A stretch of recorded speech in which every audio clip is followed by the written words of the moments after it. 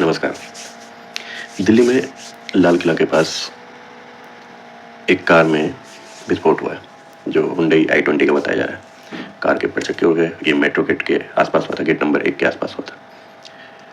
और ऐसी घटनाएं जो हैं मोदी काल में जम्मू से बाहर, यानी जम्मू कश्मीर से बाहर पहली बार हुई है, वो भी खास करके दिल्ली में। मैंने प्रधानमंत्री जी को भी ब्रीफ किया है। अभी यहाँ से मैं घटनास्थल पर जाने के लिए निकल रहा हूँ और कल एक बड़े सवेरे ही सीनियर लोगों की टीम के साथ गृह मंत्रालय में बैठक कर इसकी डिटेल जांच की जाएगी। इधर कुछ दिनों से आप देखेंगे कि कुछ न्यूज़ आ रही थी, ऐसे गुजरात में ATS ने कुछ लोगों को पकड़ा, तो फरीदाबाद में कोई डॉक्टर मिल रहा है, यानी पूरे भारत से तो कोई डॉक्टर मिल रहा है जो जहर बना रहा है, तो कोई AK-47 के साथ किसी की कार से मिल रही है, तो कोई RDX के साथ मिल रहा है। मतलब पहलगांव वाला हमला तो आपने जाना ही था, पहलगांव वाले हमले में भी RDX का इस्तेमाल किया गया था। और आज यानी कि नवंबर जो 11 नवंबर है, आज बिहार का आखिरी चरण का वोट डलना है।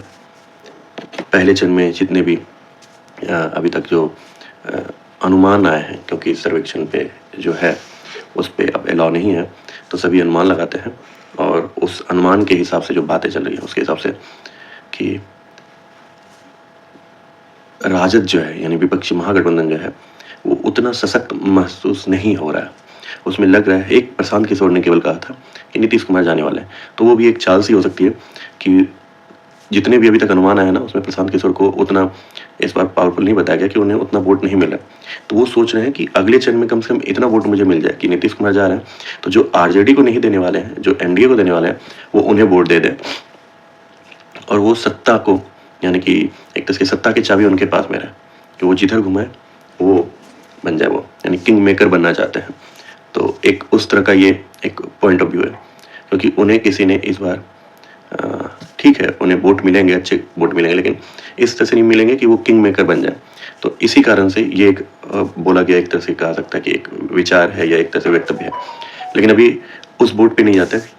दिल्ली में जो हुआ है, ये जो घटना हुई है दिल्ली में, इसके कारण क्या हो सकते हैं? क्योंकि देखिए सरकार तो जांच कर रही है, UAPA भी लगा दिया गया है, ब्लास्ट के बारे में जांच की जा रही है। 8 लोग से ज़्यादा मारे गए, कल रात में ही 8 का न्यूज़ आ गया था। और जिस तरह का जो घटना है, जो 2-3 गाड़ियों में जो आग लग गई और जिस तरह का ये ब्लास्ट हुआ है, ये लेवल है। और जो चश्मदीद जो वहाँ की बता रहे हैं, जानकारी बता रहे हैं कि कैसी स्थिति है वहाँ पे, आवाज़ कैसा था, तो उससे लगता है कि ये विस्फोट कुछ बड़ा है और अलग लेवल का भी हो सकता है। अब अलग लेवल का है या नहीं है ये तो जांच के बाद ही पता चलेगा, लेकिन उससे पहले आप ये देखें कि इसमें किस तरह से क्या क्या हो सकता है। मैं जो अंदाज लगा सकता हूँ, क्योंकि बिना जांच के तो अंदाज ही लगाया जा सकता है, तो अंदाज लगाया जा सकता है। तो पहला तो ये हो सकता है कि उसमें CNG रजिस्टर्ड वाला फिटेड नहीं होगा और ये गैस सिलेंडर जो खाना बनाने वाला होता है वो लगा के चलाया जा रहा हो। कि होता है गैस, मतलब कि जो गाड़ी ऑलरेडी कंपनी से फिटेड नहीं आती और उसके बाद उसमें LNG और ये आपके गैस सिलेंडर लगा करके चलाया जाता है, वो अगर सही से फिट ना हो तो उसमें भी ब्लास्ट होने के चांसेस होते हैं। तो पहला तो ये कारण हो सकता है। दूसरा कारण कि बिहार चुनाव तो नहीं, कि ध्यान भटकाने के लिए कि भाई मोदी सरकार देखो पहली बार यहाँ पे हो रहा है और इस तरह का विस्फोट किया गया। एक छोटा सा, जिसमें कि एक कांग्रेस नेता ने भी इसकी ओर संकेत दिया है कि भाई दिल्ली में जो ब्लास्ट हुआ है वो बिहार चुनाव को लेके किया गया है। लेकिन मैं अभी किसी का पक्ष या किसी का विपक्ष का इसमें हाथ है ऐसा करने के लिए नहीं जा रहा।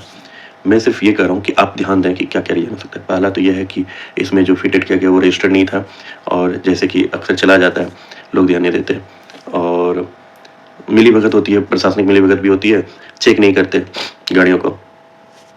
जो फिटेड नहीं भी है उन्हें भी चलने दिया जा रहा है, जो रजिस्टर्ड नहीं है उन्हें भी चलने दिया जा रहा है, और इस तरह की घटना हो जाती है। एक तो ये। दूसरा है कि क्या बिहार चुनाव को लेकर के जो लोकल जो स्लीपर सेल हैं उनका इस्तेमाल किया गया इस विस्फोट के लिए।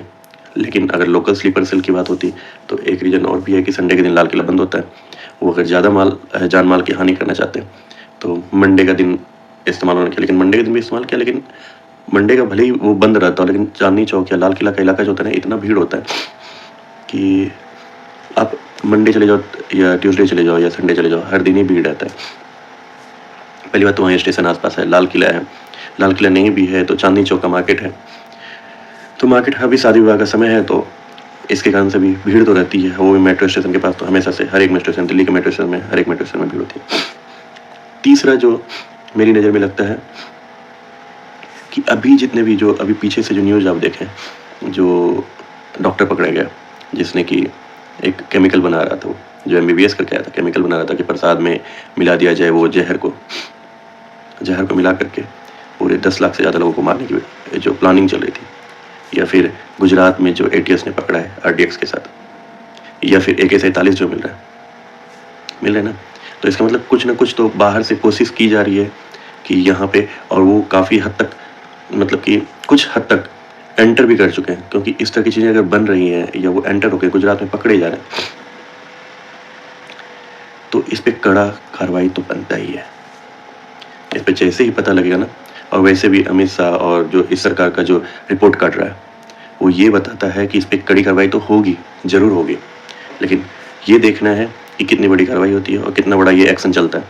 क्योंकि अजीत डोभाल और अमित शाह जो है ये आपको अगली कार्रवाई करते हुए कुछ दिनों में नजर आएंगे, क्योंकि ये सरकार का रिकॉर्ड है कि जब भी कोई घटना घटती है तो उसके 10 से 15 दिन के अंदर में आपको कुछ ठोस कार्रवाई दिख जाती है।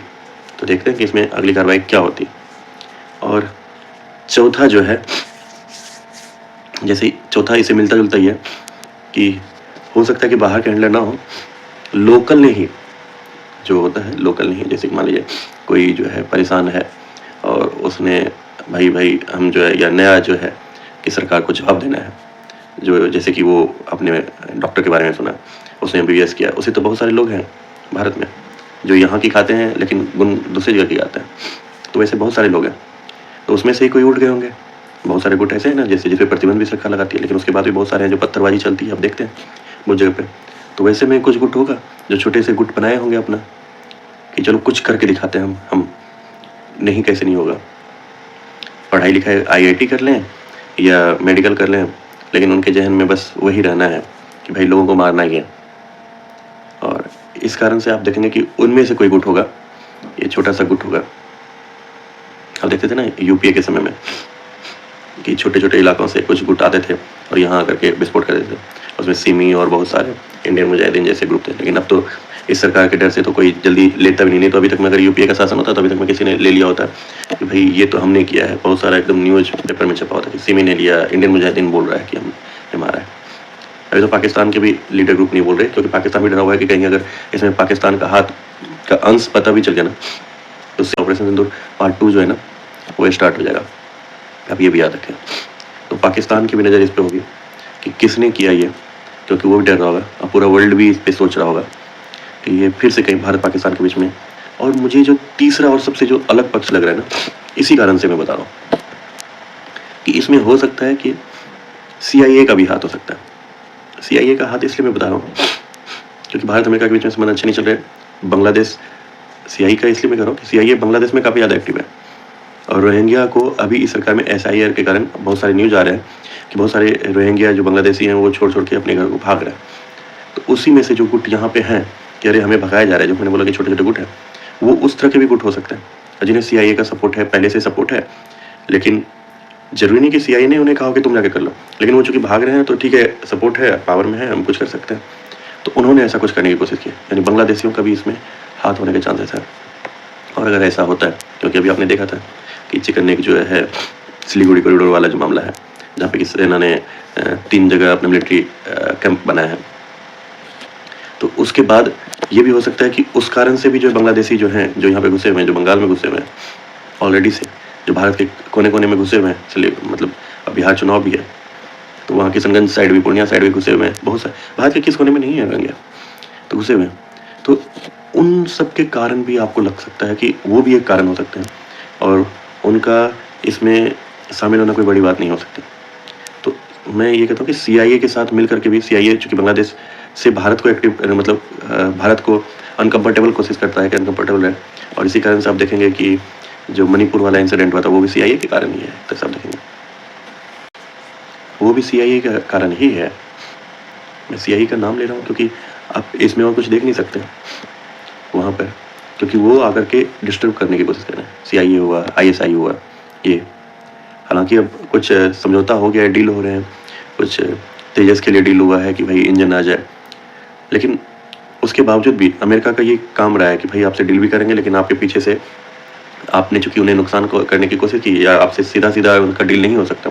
वो ऐसे बंदे को चाहते हैं हर एक जगह जो उनकी जी हजूरी करे, जो उनसे सीधे कह के हाँ ठीक है, वो कह के हाँ जी अभी सुबह है, भले ही रात हो रहा हो तो कह दे कि हाँ जी सुबह हुई है।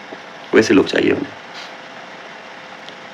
तो वो डील भी करेंगे, अगर डील हो जाती है तो ठीक है, नहीं तो फिर इस तरह की चीज़ें वो करते हैं। तो एक उनका भी हाथ हो सकता है कि अभी तक मोदी सरकार जिस चीज़ को दिल्ली से बाहर रखी थी, भाई चलो दिल्ली में भी रोहिंग्या की कमी नहीं है, यानी वो स्लीपर सेल के तौर पे काफ़ी अच्छे से काम कर सकते हैं। तो मैंने वही 4 कारण बताया। पहला तो ये है कि ये अनरजिस्टर्ड गाड़ी हो सकती है, अनरजिस्टर्ड से फिटिंग हो सकता है उसमें, जो कि कंपनी का फिटेड नहीं था, और उसमें सीएनजी या एलपीजी लगे हो, जिसकी वजह से ये घटना घटी है। एक तो वो है ही, और हो सकता है कारण वो भी हो, और इसमें एक एंगल ये भी हो कि इसमें जो है प्लान किया गया हो, ये दोनों चीज़ हो सकता है कि इस तरह से छेड़ा गया हो कि प्लान किया गया हो वहाँ पे, तो अनफिटेड ही होगा, प्लान भी क्या हो सकता है। दूसरा है कि इतने सारे षड्यंत्र रचे जा रहे हैं कि इतने सारे लोग जो एंटर आ चुके हैं ना, तो उन्होंने रास्ता निकाल लिया। और तीसरा ये जो प्रताड़ित लोग हो सकते हैं कि जो भाई हमें नहीं हो रहा है, हमसे आगे नहीं बढ़ने दिया जा रहा है, हम पीछे हो गए, तो चलो हमें कुछ करके दिखाना है, कैसे हम नहीं कर सकते। चौथा वो बांग्लादेशी वाली बात, मैंने बांग्लादेशी, आईएसआई और सीआईए, इन तीनों का गठजोड़ हो सकता है कि इसमें शामिल हो। तो जो भी है अब ये तो जांच के बाद ही पता चलेगा, जांच बहुत जल्दी आ जाएगा और 10 से 15 दिन के अंदर में आपको इस पर एक्शन होता हुआ भी दिख जाएगा। चलिए देखते हैं, लेकिन जो भी हुआ है ये बहुत गलत हुआ है। दिल्ली में या भारत के किसी और कोने में इस तरह की चीज़ें जो पहले आम बात हुआ करती थी अब नहीं होती, लेकिन उसके बावजूद हुआ है, तो सरकार को थोड़ा सा और सतर्क होना पड़ेगा, इनकी पुलिस व्यवस्था को और थोड़ा सा सतर्क होना पड़ेगा, और जांच अभियान को थोड़ा सा लंबा करना पड़ेगा। नहीं तो ये पता करना पड़ेगा कि कहाँ से ये आया, और जो भी आया उस पर सख्त एक्शन तो ये सरकार तो लेगी ही, लेकिन इस तरह से ले कि आगे फिर से वो हाथ उठाने में या इस तरह की सोचने में वो सोचे। शाम करीब करीब 7 बजे दिल्ली में लाल किले के पास सुभाष मार्ग ट्रैफिक सिग्नल पर i20 हुंडई गाड़ी में एक ब्लास्ट हुआ है। ब्लास्ट के कारण आसपास की कुछ गाड़ियां और कुछ मार्ग पर जा रहे लोग भी इंजर्ड होने के समाचार हैं। प्राथमिक सूचना जो मिली है उसमें कुछ लोग हताहत भी हुए हैं। ब्लास्ट की सूचना आते ही 10 मिनट में Delhi crime branch, Delhi special branch की टीमें स्पॉट पर पहुंची है। एनएसजी और एनआईए की टीम एफएसएल के साथ अभी गहन जांच करने का शुरू किया है। आसपास के स्थान के सभी सीसीटीवी कैमरा और बाकी सब चीज़ों की जांच के आदेश दे दिए हैं। मेरी सीपी दिल्ली से भी बात हुई है, स्पेशल ब्रांच के इंचार्ज से भी बात हुई है। सीपी दिल्ली और स्पेशल ब्रांच के इंचार्ज स्पॉट पर मौजूद हैं। हम सभी संभावनाओं को तराश रहे हैं और सभी संभावनाओं को ध्यान में रखकर इसकी गहन जांच की जाएगी। सभी ऑप्शन की तुरंत जांच होकर नतीजा जो आएगा जांच हम जनता के सामने रखेंगे। चलिए देखते हैं आगे क्या कार्रवाई होती है। धन्यवाद।